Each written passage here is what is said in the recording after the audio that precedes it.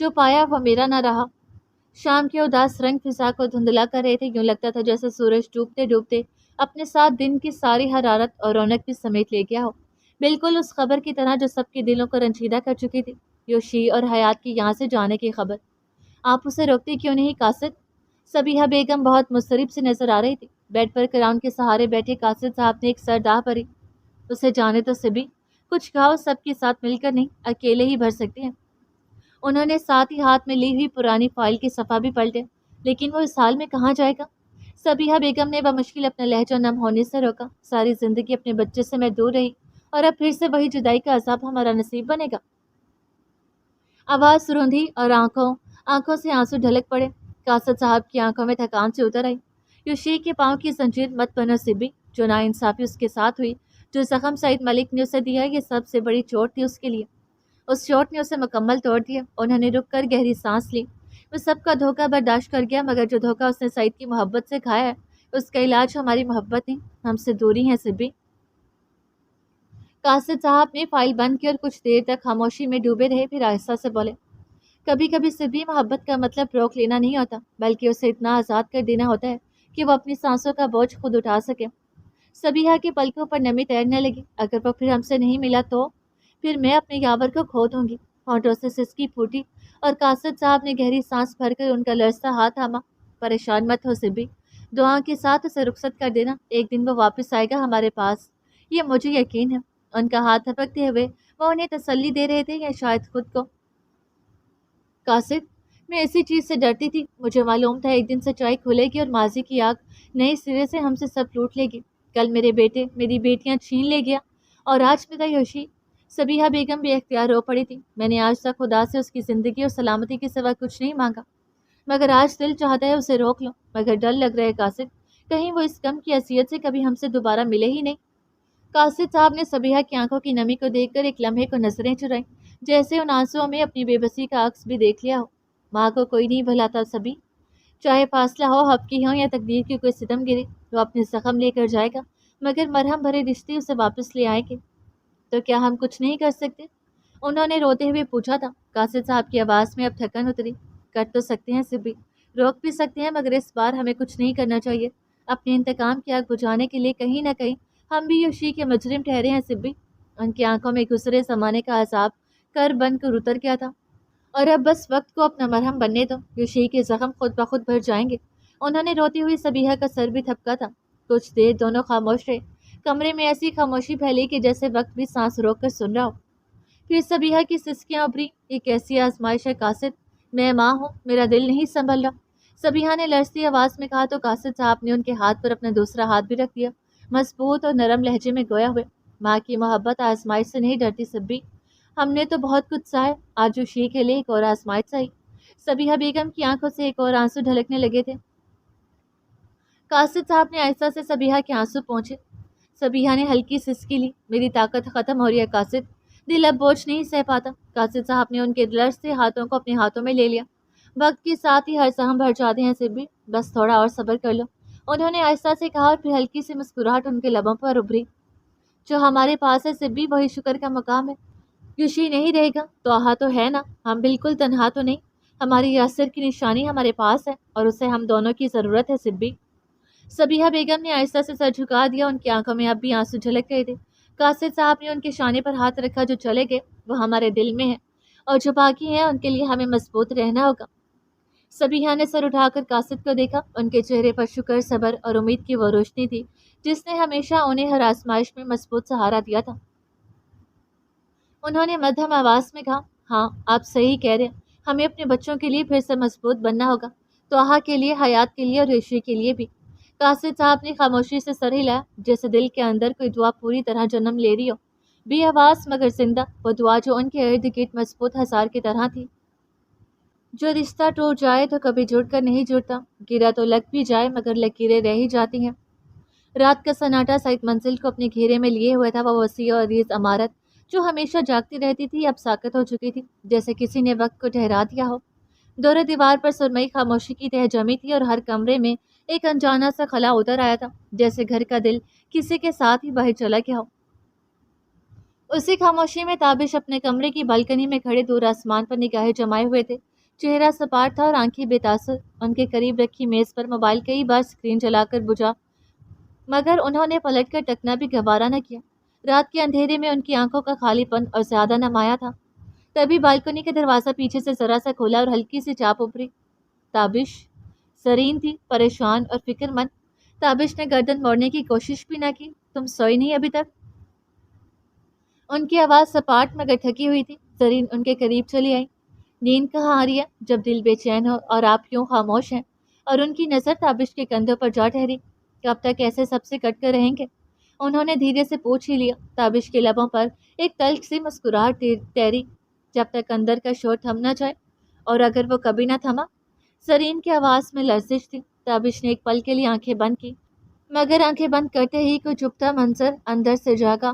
اس رات کا منظر جب سب کچھ بدل گیا تھا۔ پھر سر جھٹک کر انہوں نے گردن موڑی۔ سرین قریب کھڑی تھی، چہرہ مضطرب اور آنکھیں فکر مند۔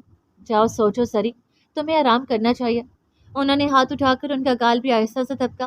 تابش اس نے وہی ہاتھ اپنے ہاتھ میں لے لیا۔ آپ اپنا درد کہتے کیوں نہیں؟ وہ سب کہہ دیں جو آپ کے دل میں ہے۔ میرے پاس کہنے کے لیے کچھ رائے نہیں سری۔ وہ پھیکا سا مسکرائے۔ میرے سارے سوال، سارے جواب سب کھو چکی ہیں۔ میں اندر سے خالی ہو چکا ہوں، بالکل خالی۔ تابش کے چہرے پر جگہ درد اتنا گہرا تھا کہ سرین نے اس کے ہاتھ پر اپنی گرفت ذرا مضبوط کر دی۔ آپ خالی نہیں ہیں تابش، آپ بس سلجھے ہوئے ہیں۔ کبھی کبھی چیخ نہ سکنے والے دل زیادہ شور مچاتے ہیں۔ تابش نے ایک مدھم سانس کھینچی اور سرین کے چہرے سے نگاہ ہٹا کر پھر آسمان کو دیکھا۔ ہاں، الجھ ہی کیا ہوں سری، سارے راز کھلنے سے، اپنے ڈیڈ کا اصلی چہرہ دیکھ لینے سے اور یوشی۔ انہوں نے جملہ ادھورا چھوڑ دیا۔ شاید یوشی کا نام لینا بھی اب درد بن گیا تھا۔ ہوا میں خنکی بڑھ چکی تھی، مگر دلوں میں لگی آگ اب بھی سلگ رہی تھی۔ آپ روک لیں یوشی کو تو شاید وہ رک جائے۔ سرین نے آہستہ سے ان کے شانے پر ہاتھ رکھا۔ تابش نے فوراً پلٹ کر انہیں دیکھا۔ اسے کوئی روک نہیں سکتا سری، نہ تم، نہ میں، نہ کوئی اور نہ ہی وہ خود۔ وہ اپنا آپ راکھ کر کر جا رہا ہے۔ ہم سب اس کے لیے پرائے ہو چکے ہیں۔ تابش کی آنکھیں ضبط کرنے کی کوشش میں سرخ ہونے لگی تھی۔ سرین کے لب کانپے۔ کہاں جائے گا وہ؟ نہ گھر، نہ کوئی دوست، نہ کوئی رشتہ۔ رشتہ؟ تابش کی ہنسی جیسے خود کے خالی پن میں لپٹی ہوئی تھی۔ کون سے رشتے کی بات کری ہو سری؟ وہ رشتہ جس نے اسے بھروسہ کرنے کا حق بھی چھین لیا۔ اب کی بار سرین خاموش نہ رہی۔ آپ تو ہیں نا اس کے تابش، ہم ہیں اس کے۔ تابش نے گردن موڑ کر پہلی بار اس کی آنکھوں میں براہ راست دیکھا تھا۔ کیا واقعی ہیں؟ لہجہ نرم نہیں تھا، مگر تلخ بھی نہیں، بس سچ تھا۔ مگر کس منہ سے اسے اپنا بھائی کا حق جتا کر روک لوں؟ جس حق کو دھوکے اور فریب نے جلا ڈالا، اور آج جب وہ سب بھسم ہو گیا۔ سری نے جلدی سے بات کاٹی۔ سب تو ایک جیسے نہیں تھے تابش، آپ نے تو کبھی اسے پرایا نہیں سمجھا۔ بھائی باپ سے بڑھ کر چاہے نا، اور میرے ہی باپ نے اس رشتے کو داغدار کر دیا۔ تابش کی آواز کی کڑواہٹ نے جیسے ہوا میں تاریکی گھول دی تھی۔ زرین ایک دم سے چپ ہو گئی۔ تابش پھر سے پلٹ کر آسمان کی طرف دیکھنے لگے۔ بچپن سے ہم تینوں ایک ساتھ تھے، ایک دوسرے کا خیال رکھتے، ایک دوسرے سے محبت کرتے، مگر ہم دونوں کو یہ معلوم نہیں تھا کہ یہ محبت نہیں، یہ یوشی کے اندر اپنی محبت کا زہر بھرنا تھا۔ وہ ذرا دیر کے لیے رک گئی، گہرا سانس لیا اور پھر آہستہ سے بولے۔ فرحین ملک نے اس کی شخصیت مسخ کرنے کے لیے برائی کی راہ چنی، تو ڈیڈ نے اسے الگ محبت دینے کی راہ چنی۔ وہ چاہتے تھے کہ ان کی محبت میں اتنا اندھا ہو جائے کہ دنیا کی حقیقتیں اسے کبھی چھو نہ سکیں، لیکن یہ محبت، یہ اندھی محبت یوشی کے دل کے اندر زہر کی طرح گھل گئی، اور آج وہ زہر اس کے ہر رشتے، ہر جذبات، ہر تعلق کو جلا بیٹھے ہیں۔ وہ کس پر اعتبار کرے اب؟ سرین خاموشی سے ان کے قریب کھڑی تھی، پر آنکھوں کے کنارے بھیگ رہے تھے۔ تابش نے ایک لمحے کے لیے آنکھیں بند کی، پھر دھیما بولے۔ میں تو اب اسے بھائی ہونے کا واسطہ بھی نہیں دے سکتا، اس سے نظریں ملا کر یہ بھی نہیں کہہ سکتا کہ مت جاؤ یوشی، تمہارے بغیر تمہارا بھائی بہت تنہا ہو جائے گا۔ ان کی آواز کا درد ہلکی ٹھنڈی ہوا میں گل گیا تھا۔ کیا یوشی کبھی واپس آئے گا تابش؟ زرین نے دھیرے سے پوچھا، مگر آواز میں دکھ سا تھا۔ تابش کی نگاہیں کہیں دور آسمان کی گہرائیوں میں جا ٹکی تھی۔ شاید، یا شاید نہیں۔ ان کی آواز میں درد اور تسلیم دونوں موجود تھے۔ لیکن اب سری، میں تعمر خود سے نظریں نہیں ملا سکتا۔ ہوا کے ایک جھونکے نے بالکنی کی ریلنگ پر ہاتھ رکھی، ان کے ساکت وجود کو چھوا تھا۔ سری نے آہستگی سے ریلنگ پر رکھی تابش کے ہاتھ پر اپنا ہاتھ رکھ دیا۔ مجھے یقین ہے کہ یہی احساسات یوشی کے دل میں بھی آپ کے لیے ہیں، اسی لیے وہ آپ سے دور جانا چاہتا ہے۔ تابش کی نظریں پھر سے خلا میں گم ہوگی۔ ہم دونوں الگ نہیں ہیں سری، ہمیں جدا کر دیا گیا ہے۔ بس فرق یہ ہے کہ انہوں نے سانس بھرا اور آہستہ سے آنکھیں بند کی۔ وہ دھوکہ کھا کر جا رہا ہے، اور میں یہاں تنہا رہ کر اپنے باپ کا قصاص ادا کرتا رہوں گا۔ زرین نے ان کے شانے پر ہاتھ رکھا. وہ لوٹے گا تابش، دیکھ لیجیے گا، ایک دن وہ ضرور واپس آ جائے گا. تابش نے ذرا سا سر ہلایا. ہاں لوٹے گا ضرور، مگر جب وہ لوٹے گا تو کیا میں اس سے نظریں ملانے کی ہمت جٹا پاؤں گا یا نہیں؟ نیچے برآمدے میں لٹکے فانوس کی مدھم روشنی ہلکی ہوا سے لرز اٹھی. سعید منزل کی خاموشی پہلے جیسی نہیں رہی تھی. اب اس منزل میں انتظار، ملال اور انجانے خوف کی بازگشت شامل ہو چکی تھی. زرین کے آنسو گال سے پھسل کر ہاتھ کی پشت پر گرے تو تابش نے ہاتھ کھینچنے کی کوشش نہیں کی، بس ایک ہاتھ بڑھا کر انہیں اپنے بازوں کے حلقے میں لے لیا تھا. رات اور گہری ہو گئی تھی، مگر کچھ راتیں اندھیرے سے نہیں، جدائی سے لمبی ہوتی ہیں، اور پھر ایک روز شاید ملنے کی صورت میں وہ سب کچھ بدل جائے.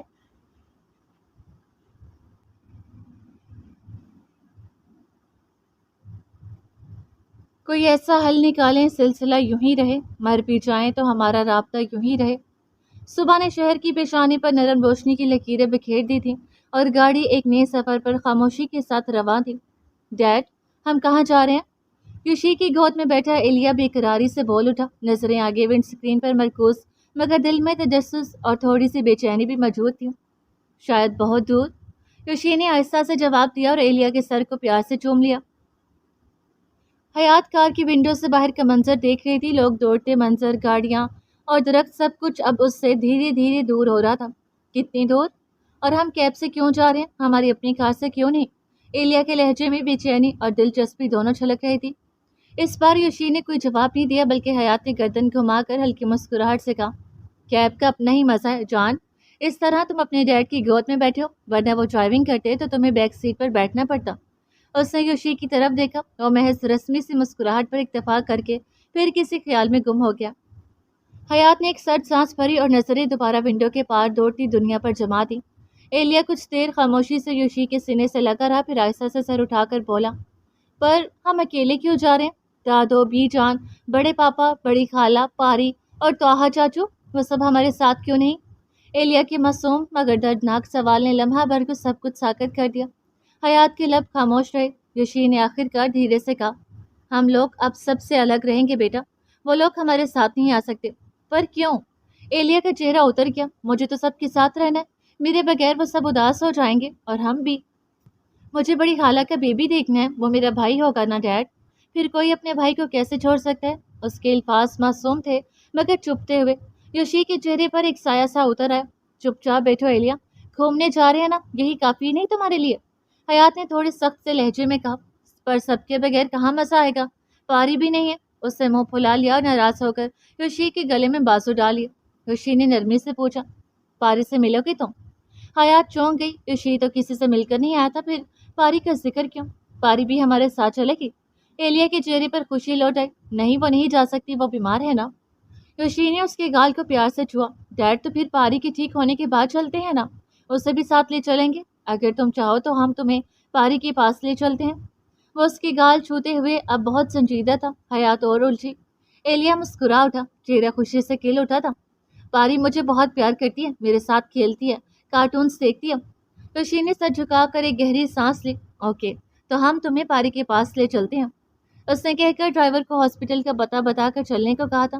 کیب اس راستے پر مڑ گئی. باہر سورج اب پوری طرح نکل آیا تھا، مگر گاڑی کے اندر جیسے روشنی کہیں گم ہو گئی تھی. ہاسپٹل کی بلند عمارت سنہرے سورج کی شعاؤں میں نہائی ہوئی تھی. اسی وقت ایک پرائیویٹ روم کا دروازہ آہستگی سے کھلا اور توہا ہاتھوں میں تر و تازہ پھولوں کا گلدستہ تھامے اندر داخل ہوا.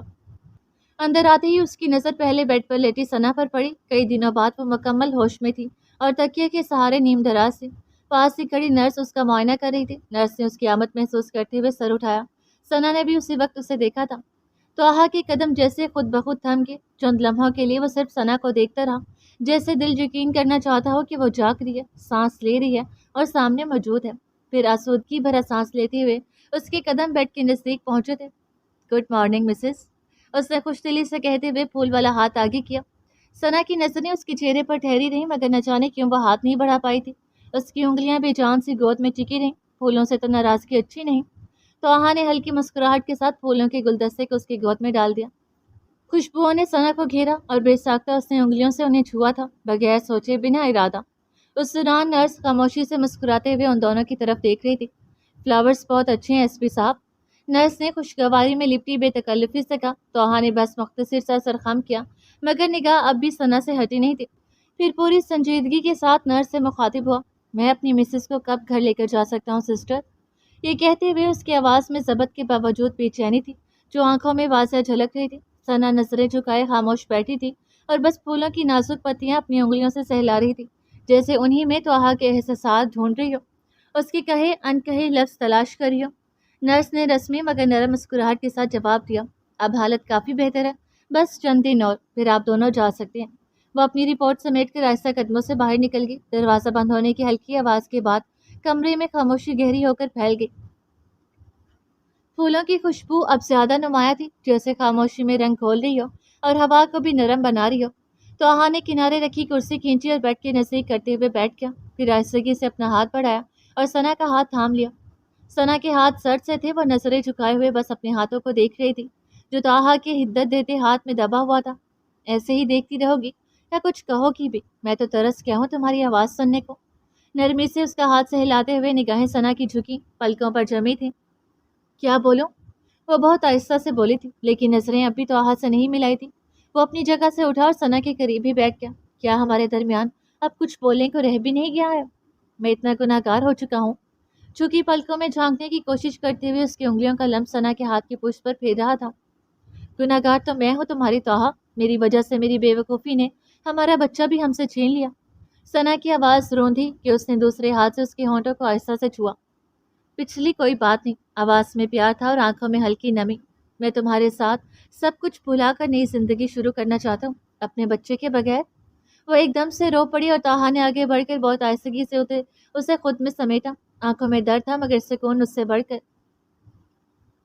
بچے کے بغیر بھی ہم ایک دوسرے کے ساتھ بہترین زندگی گزاریں گے، یہ میرا تم سے وعدہ ہے۔ ثنا کے سر کو چومتے ہوئے وہ نرمی سے اس کی پشت سہلا رہا تھا۔ میں گناہ گار ہوں تمہاری توہا، مجھے معاف مت کرو۔ ثنا کی آواز بھرائی ہوئی تھی، لرزتے ہوئے لفظ اس کے ہونٹوں سے نکلے ہی تھے کہ توہا نے اپنے دوسرے ہاتھ سے آہستگی سے اس کے لب چھو لیے، جیسے لفظوں کو تھام لینا چاہتا ہو۔ کہا نا، پچھلی کوئی بات نہیں۔ اس کی آواز میں ایک عجیب سا پیار تھا، نرمی اور تسلی کا امتزاج۔ مجھے بس اب تمہارے علاوہ کچھ نہیں چاہیے۔ پھر اس سے الگ ہو کر ثنا کی تھوڑی تھام کر اونچی گئی، نم پلکوں پہ ٹکے موتی کو دیکھتے ہوئے بولا، ہم ایک دوسرے کے ساتھ سب کچھ بھلا دیں گے انشاءاللہ۔ ایک دوسرے کو اتنی محبت دیں گے پھر کوئی بھی ہمیں کبھی جدا نہیں کر پائے گا۔ چہرہ بڑھا کر اس نے ثنا کی پلکیں خشک کر دی تھی۔ میں اتنی محبت کے قابل نہیں ہوں توہا، وہ اداسی سے بولی اور توہا نے اس کے ہاتھ اپنے سینے پر رکھ لیے۔ تم جانتی ہو ثنا، میری دنیا تم سے جڑی ہوئی ہے، تمہارے بغیر میں ادھورا ہوں۔ رک کر اس نے سینے پر رکھے ثنا کے ہاتھ اٹھائے۔ اب ہم سب کچھ بھلا کر صرف ایک دوسرے کے لیے جئیں گے ثنا، ہر دن ہر لمحہ۔ اس نے دھیرے سے اس کا ہاتھ لبوں سے لگا کر کہا، جانتی ہو میں نے تمہیں ہر سانس میں مانگا ہے اپنے رب سے، اور میں نے تمہاری سانسیں ہی گروی رکھوا دی تھی۔ ثنا کی آواز ٹوٹ کر بکھر گئی، ایک سسکی کے ساتھ وہ خاموش ہوگی۔ توہا نے دھیرے سے اس کا چہرہ اپنے ہاتھوں میں لیا، آنکھوں میں نمی تھی مگر اس نمی کے پیچھے ایک نرم بے لوث محبت بھی اتر آئی تھی۔ جو ہونا تھا ہو گیا ثنا۔ اس کے لہجے میں تھکن نہیں، ایک عزم چھپا تھا، مگر یاد رکھنا یہ دل اب تاعمر تمہارا غلام رہے گا، چاہو یا نہ چاہو۔ اس نے آہستگی سے اسے اپنے سینے سے لگا لیا۔ کچھ لمحے یوں ہی خاموشی میں گزر گئے، بس ایک دوسرے کی سانسوں کی آواز سنائی دے رہی تھی۔ اتنے میں دروازے پر ہلکی سی دستک ہوئی، دونوں چونکے جیسے وقت رکنے کے بعد اچانک چل پڑا ہو۔ ثنا نے گردن موڑی، ایلیا؟ اس کی آنکھوں میں حیرت اور خوشی ایک ساتھ جھگمگائی۔ ایلیا بھاگتا ہوا بیڈ کے قریب آ گیا۔ پاری؟ اس کی ننھی سی آواز میں معصوم خوشی تھی۔ پاری کی جان؟ ثنا نے اپنے بازو پھیلا دیا، آنکھوں کی نمی اب مسکراہٹ میں بدل رہی تھی۔ توہا نے آگے بڑھ کر ایلیا کو آہستگی سے گود سے اٹھایا اور دونوں کے درمیان بٹھا دیا۔ دیکھو تو، میں اتنی دیر سے محبت جتا رہا تھا اور صرف رونا دھونا مچا ہوا تھا، مگر بھانجی کو دیکھتے ہی میڈم خوشی سے کھل پڑی۔ مصنوعی ناراضگی سے بولتے ہوئے وہ ایلیا کے بال چھو رہا تھا۔ ثنا کچھ نہیں بولی، بس ایلیا کے گال چوم رہی تھی اور وہ ہنستے ہوئے ثنا کے گال تھپ تھپا کر بولا، پاری اب میں آپ کے پاس رہوں گا تاکہ آپ جلدی سے اچھی ہو جائیں۔ سچی؟ ثنا خوشی سے کھل اٹھی۔ ہاں میری جان، اب پاری کبھی نہیں بیمار ہوگی، میرا بیٹا جو میرے پاس آ گیا ہے۔